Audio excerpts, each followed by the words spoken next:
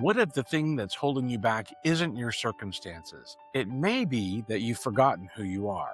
In this episode of KneeToKnee, I sit down with Doug Nielsen, a certified speaking professional, an author, a licensed psychotherapist, and the co-founder of a men's program called Warrior Heart. Doug has spent more than 2 decades helping people and organizations get unstuck so they can live and lead with more courage, clarity, and purpose. And in this conversation, he gets right to the heart of what that means. We talk about the 3 core desires every man carries: a battle to fight, an adventure to live, and a connection to pursue, and why so many of us have quietly traded those for comfort, stuff, and screen time. Doug also shares his powerful 3 L's and a T framework: the look, laugh, listen, touch, a practical neuroscience-backed approach to build deeper connections in any relationship, actually starting today. So whether you've been feeling stuck, disconnected, or like something important has gone quiet inside you, this conversation is going to resonate. Doug's insight is grounded, his heart is genuine, and the tools he shares are things you can use before this episode is over. Before we dive in, if this episode resonates with you, do us a favor and hit that subscribe button so you never miss a conversation. And if something Doug shares today lands for you, go ahead and give it a like. It helps us get this message in front of more people who need it. Now let's go and let's get knee to knee with Doug.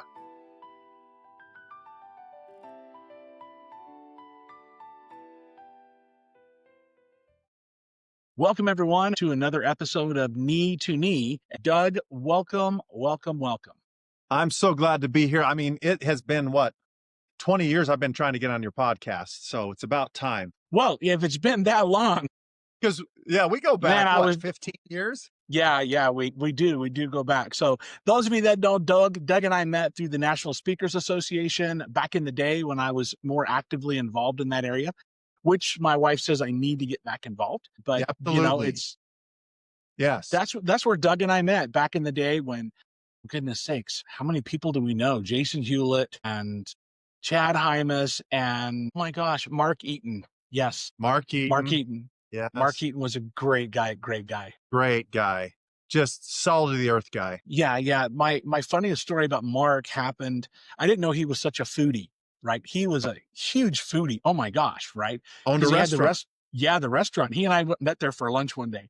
But it was really interesting because the first time I met him, now those of you that don't know Mark, he was like 7'4". And the first time I met him was at a National Speakers Association meeting there in the Zions Bank building in downtown Salt Lake. Yep. And I wheeled up in my wheelchair and he was sitting down and he was still way taller than I was.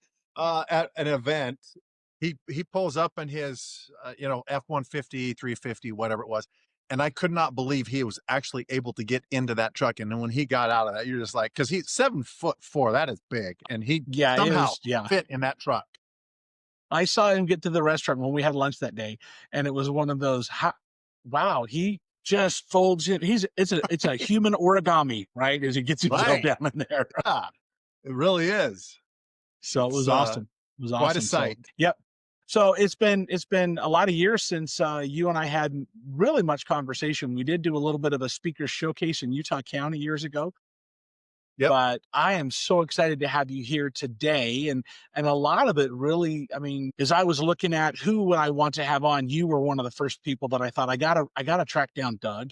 And I'm really happy that we did. And then come to find out you're doing this Warrior Heart. Tell me about Warrior Heart. I'd love to know about what that is. How did you get started? And then let's talk about some of the really cool things that you've done there when it applies to building those connections. Yes. So in part of my speaking and working with teams and organizations and really helping their people to get unstuck, along the way, I got involved, read a book called Wild at Heart. If you haven't read the book, he's a therapist. He's a men's minister for men's hearts. John Eldredge, great book to get. I'd highly recommend it. It's a good book. Yeah. And you've read it. Yeah. As soon as we talked the first time, I downloaded the Audible and was listening to it while I drive all over the place. So Yes. Yeah. It's got some great information about men. So long story short, going through a rough period in my life, I was going through a divorce and found this book. Had a buddy says, "Hey, you need to check this out." Long story short, checked it out, went to one of John's workshop, and it's not a workshop, it's a boot camp. And it literally was a top 5 experience of my life. And from that point, this friend of mine and I and 2 others, we decided to say, hey, let's go create this warrior heart and offer this to men. And we started in Utah, and then we go from Alaska to Virginia to Idaho, Wow. Arizona. And we offer, it's a 3-day experience for men to reconnect to the heart that God gave them, and then have the courage to live from that heart, to go battle for the things that matter most, to be a better dad, a better husband, a better friend, creating male connection. And it's, to this day, people will say, what was that like? And people, the top 5 experience of life, really to wake up in a world that wants us to go to sleep. So, and then from there, it's just been this transformational where it goes in, and we really talk about, people feel, whether you're male or female, and there is a female version of this. It's called Heart of a Woman. Okay. And that's, so both male and female listeners can, really step into this. But this message, what it does is it really helps to awaken us. Often we lose the image that God put in us. And if we were to ask somebody, do you figure that you're living the life that God intended for you? Is this the image? And often we're like, man, no, because sometimes our main goal in life is, I talk to people all the time, and what are you living for? And it's kind of like, ultimately, if we boil it down to brass tacks, I'm living for comfort. I just want to seek comfort. That's my number 1 goal. Number 2, I want to seek after things. I need to acquire more things. And then I want to come home and shoot up electronic heroin, TV, doom scrolling, whatever the case. And then we at this point then lose our connection with ourself, our connection with the divine, and then our connection with other people. And that's really what life is ultimately all about. And so how do you keep your heart alive? In Right. French, they call it the raison d'être. What is the reason for your existence? And I think most of us know that something is off, something is wrong. And it's like, what I get this one life, and this is how I'm choosing to live it, versus, no, I want to live from that heart that Heavenly Father put in me. And I want to do it outrageously and let His light shine. We have an obligation to let God's light, in my view, shine as brightly as you possibly can. And that's our mission, right? And it's that obligation. And we're not in competition with other people. Heavenly Father gave each person listening here a mission. And I don't have to be in competition with it. That's yours and yours alone. No one else can take your mission. It's yours. Yes, I That's totally just a agree little with bit that. about, but it is bringing that heart to life. So, what is you mentioned Unstuck. So help our listeners understand what it means that you're helping organizations and people get unstuck. What are they getting unstuck from? Yeah. And I think a couple of things, just the overwhelm, unstuck. When we forget who we are, we then become who we aren't. And I can get stuck in this pose or this false identity or this narrative of my life, where being unstuck is I'm reconnected to the heart. And there are 3 basic core desires of our hearts. Okay. And this is more from the male perspective, but the women, they have their perspective as well. But it's this idea that I need to have something outside of myself to fight for. I need a battle. I need a battle to fight. And if you ask the average person, again, what's your reason for existence? What great battle are you fighting? And often it's, I don't know, not to fall asleep in church. I'm not, and you're going, hold on, that's your great battle? What, no, really, Not to flip what is it? somebody off when I'm driving down the freeway. Right? Right? Yeah, exactly.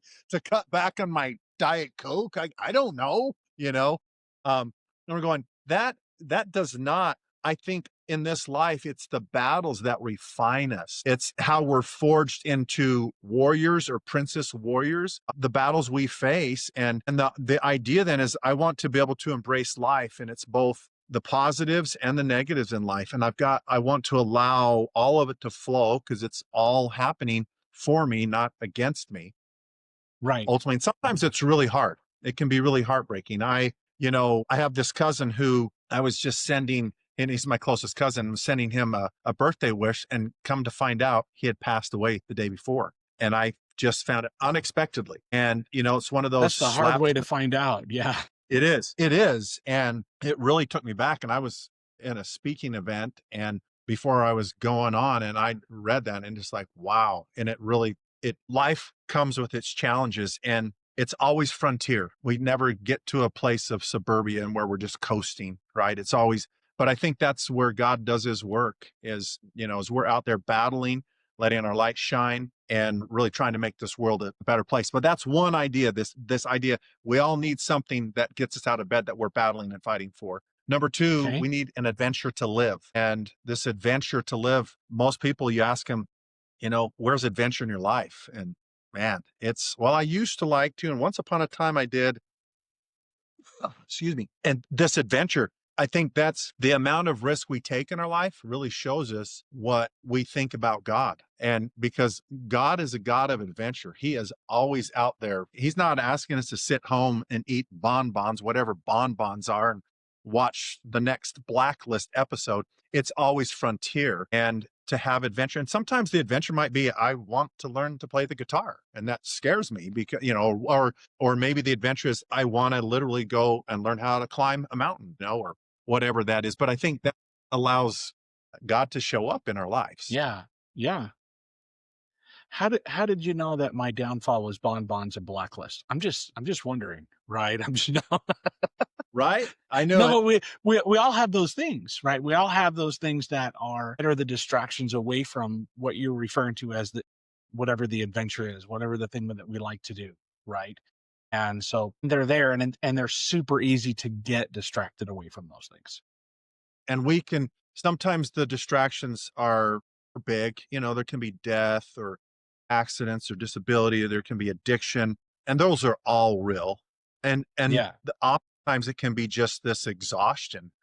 And, we quote unquote, you go to work and then just come home and we're just out. And then life slips away. And then, as opposed to, no, I want to live and I want to start stepping into adventure and I want to live fully alive. Right. And one thought on this is, and I'll say this divine masculinity, divine femininity is this idea that the things, and this has to do with adventure, Okay. but often we need to follow the things that scare us. And my mom would say, follow your fears because they'll lead you to your greatness. Now, I mean, she's not saying, hey, go jump out of an airplane without a parachute. She's not. But Because you'll be great. You'll be great at, yeah.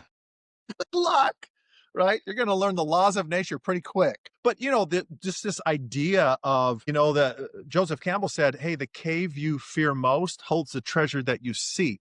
And so part of this in life, in order to feel fully alive, we often, if we tune in, and we listen, we're going to feel a pull towards something, an intuitive nudge. And yet we feel this pull and we feel alive in doing so, but we're also terrified. And terrified, I'll define as maybe I am scared, or maybe I'm just overwhelmed. I don't want to do it. I don't have the energy to do it.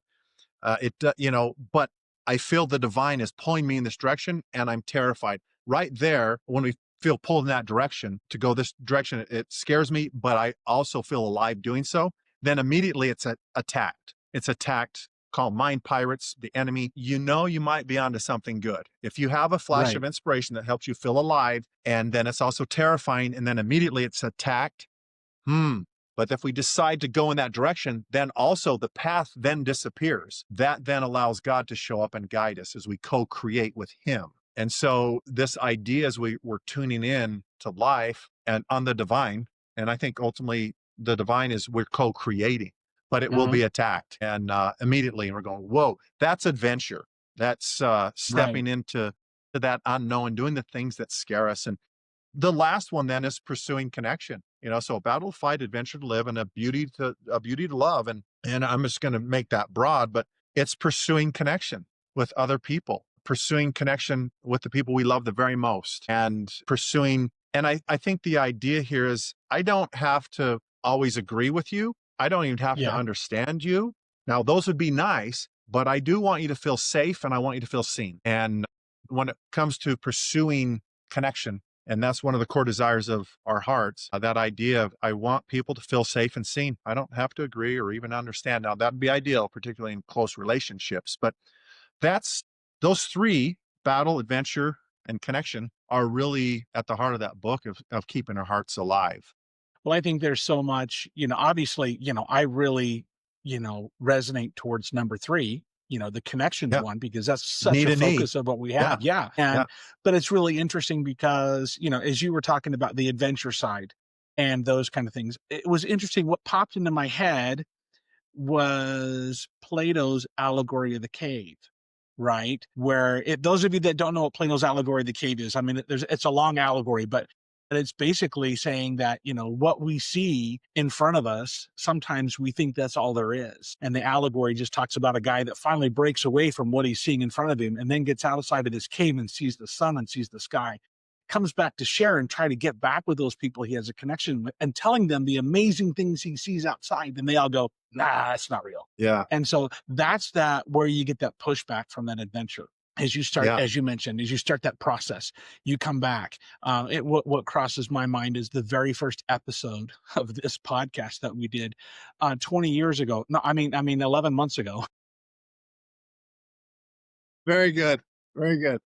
So what we did, when we started this in January, I literally stood up and I just told my wife, I'm going up to my office and I'm going to record and I'm going to do an intro and it's going to stink, but I'm getting it out there. And sure enough, I look back now and I go, yeah, that was pretty rough. But You that did it. you start, but you start seeing, once again, you start seeing that little bit of resistance, because then, is this really going to work? Are we going to be able to help make a difference for those? And then as we continue to pursue, we've had a great year so far.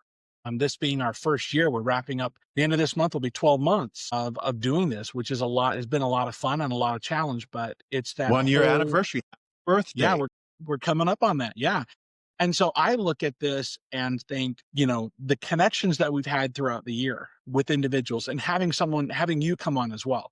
And actually, when we get done recording here, I'm going to want to visit with you a little bit more, because I have a thought that I'm actually going to record an episode. I had one of our listeners ping me and ask some questions, and I put the outline together. And I'll mention it right now. It was basically someone saying, Mark, what you talk about is great in building connections. And I understand how important that is, but can you put together a how-to for introverts? Yeah. I thought that is a really, really good idea.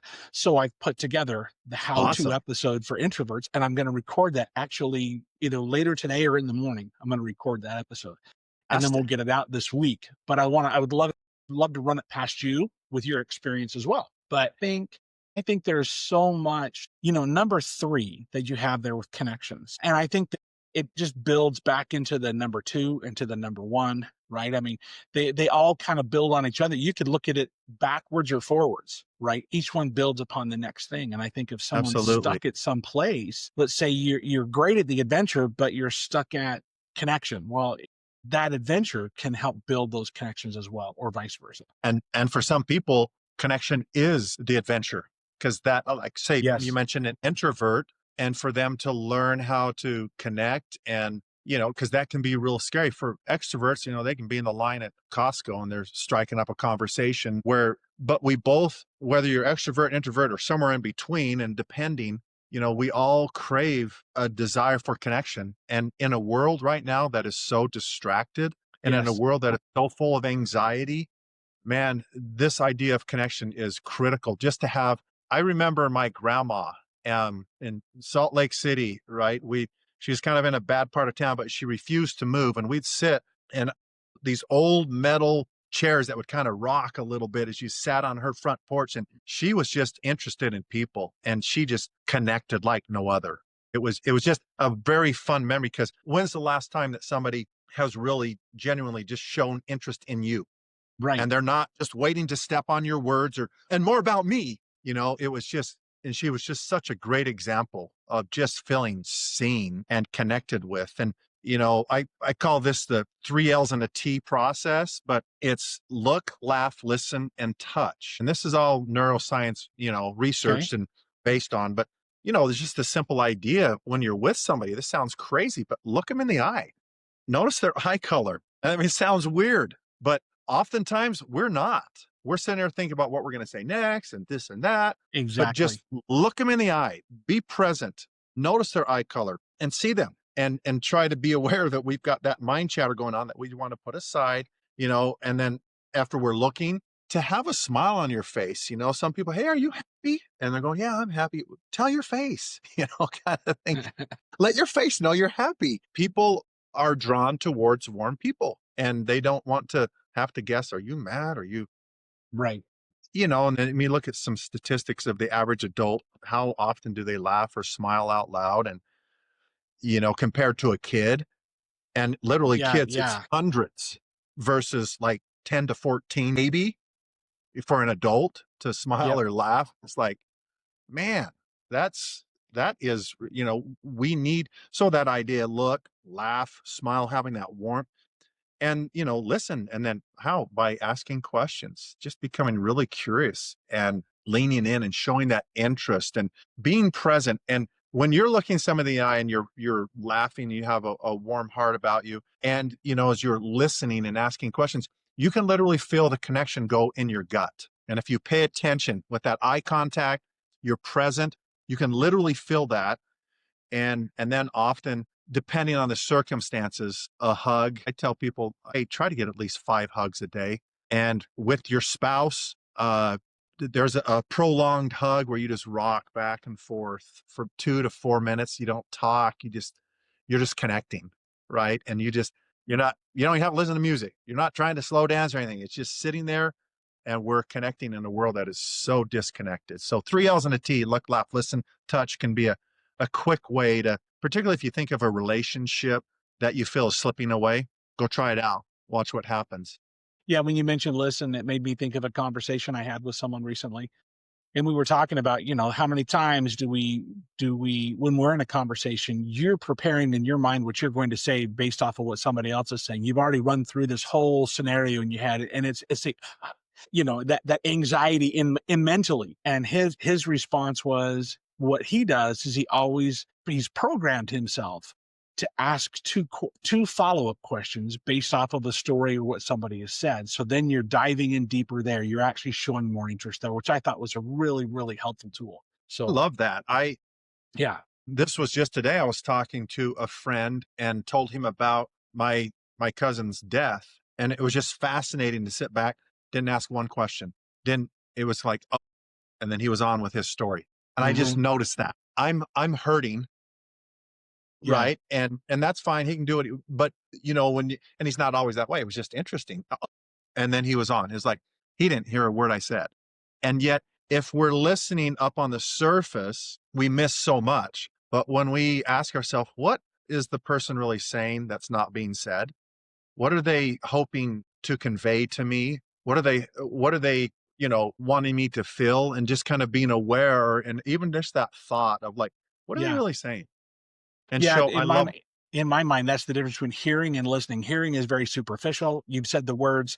I may have cognitively been aware of them, but listening is seeking for the meaning and the feeling behind those words. And I I think that love makes that. all the difference. Yeah. Yeah. So, Listen for the emotion, yep. right? Yeah. And hearing in this sense, like you just said, is a biological process. Hmm. We hear, but to Right. listen is a whole other ballgame. Yep. I love that. Well, Doug, man, I can't tell you how much I appreciate you having come on. We could go on forever and ever. So I am going to call you again in the future and have you come back and we can do some Love more. to. But we're going to wrap up today with the one question that we always ask. So based off of our conversation today, what is one thing that someone can do to build deeper connections with those around them? I love it. I would say this, if you just push the pause and you say who in your life right now needs you to reach out to them. And I would say doing this every day, it doesn't have to be at this huge, big to do, but pause. Who comes to my mind from inside my core?